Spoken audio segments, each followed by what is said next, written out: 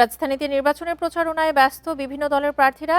নির্বাচনের আরো খবর জানাতে রাজধানীর জুরাইন থেকে যোগ দিচ্ছেন সহকর্মী নূরে আলম। নূরে আলম, আর মাত্র মাঝে 6 দিনের মতো বাকি নির্বাচনের প্রচারণার সবশেষ কি অবস্থা দেখতে পাচ্ছেন জুরাইন এলাকায়? সকাল থেকেই জমজমাট রাজধানীর বিভিন্ন এলাকা প্রার্থীরা প্রচারণা চালাচ্ছেন, তারা সাধারণ মানুষের কাছে যাচ্ছেন। আমি এই মুহূর্তে রয়েছি জুরাইন এলাকায়। এর আগে আমি ছিলাম বিএনপি যিনি প্রার্থী তানভীর আহমেদ রবিন, তার প্রচারণায়। এখন রয়েছে আমরা জামায়াতের যিনি প্রার্থী জয়নুল আবিদিন, তার প্রচারণায়। আমরা একটু সরাসরি শুনবো যে তিনি আসলে মানুষের কাছ থেকে কেমন রেসপন্স পাচ্ছেন।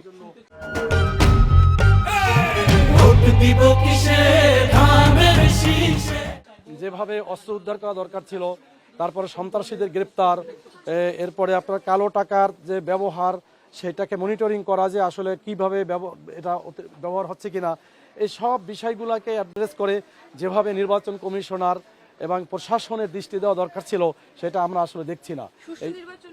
আমরা শুনছিলাম জামায়াতের প্রার্থীর বক্তব্য। আমি যদি একটু এই এলাকার চিত্র একটু দেখাই, এখানকার রাস্তাঘাটের খুবই বেহাল দশা। আমি জুরাইনে যে এলাকাটিতে রয়েছি সেখানকার রাস্তাঘাট যদি একটু দেখাই, যে এখানকার সাধারণ মানুষ বলছেন যারা নির্বাচিত হবেন তাদের সবার আগে প্রথম কাজ হবে এই সড়কগুলোর মান উন্নত করা, এই সড়কগুলোকে চওড়া করা। এবং এখানে অপরিকল্পিতভাবে নগরায়ন হয়েছে। যে খোলা জায়গাগুলো ছিল সেই খোলা জায়গাগুলোতেও ভবন তোলা হয়েছে, যার ফলে এখানে একদম আমরা পুরান ঢাকার যে পরিবেশ দেখি ঠিক তেমনটাই এখানকার অবস্থাও। তো সাধারণ মানুষ বলছেন যে এই এলাকাটি নানা সমস্যায় জর্জরিত, তাই তারা দাবি জানাচ্ছেন যে যারা আগামী নির্বাচনে বিজয়ী হবেন তারা যাতে তাদের এই এলাকার সমস্যাগুলো সমাধানে সবচেয়ে বেশি গুরুত্ব দেন।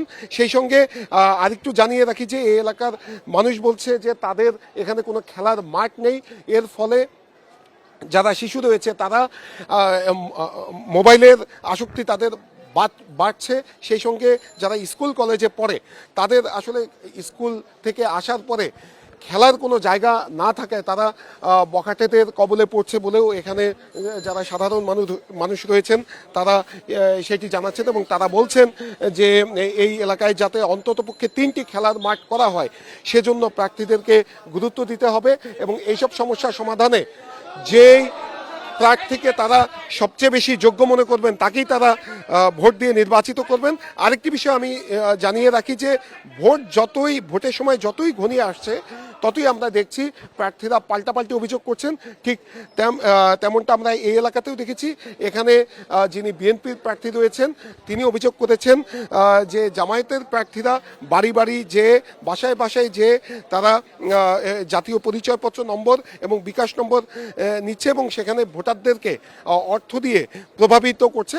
আবার জামায়াতের যিনি প্রার্থী রয়েছেন তিনি অভিযোগ করছেন যে তাদের প্রচারণার সময় বিএনপির নেতাকর্মীরা নানাভাবে বাধা সৃষ্টি করছে, এবং 2জন প্রার্থী বলছেন যে তারা নির্বাচন কমিশনের কাছে এসব অভিযোগ জানাচ্ছেন, কিন্তু নির্বাচন কমিশন থেকে তেমন কোনো ব্যবস্থা নেওয়া হচ্ছে না।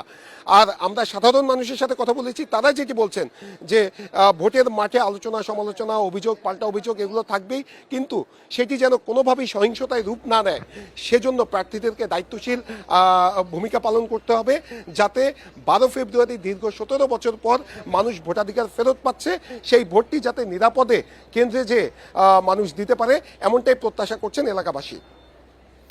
রাজধানীর জুরাইন থেকে নির্বাচনী প্রচারণার সবশেষ তথ্য জানাচ্ছিলেন আমাদের সহকর্মী নূরে আলম।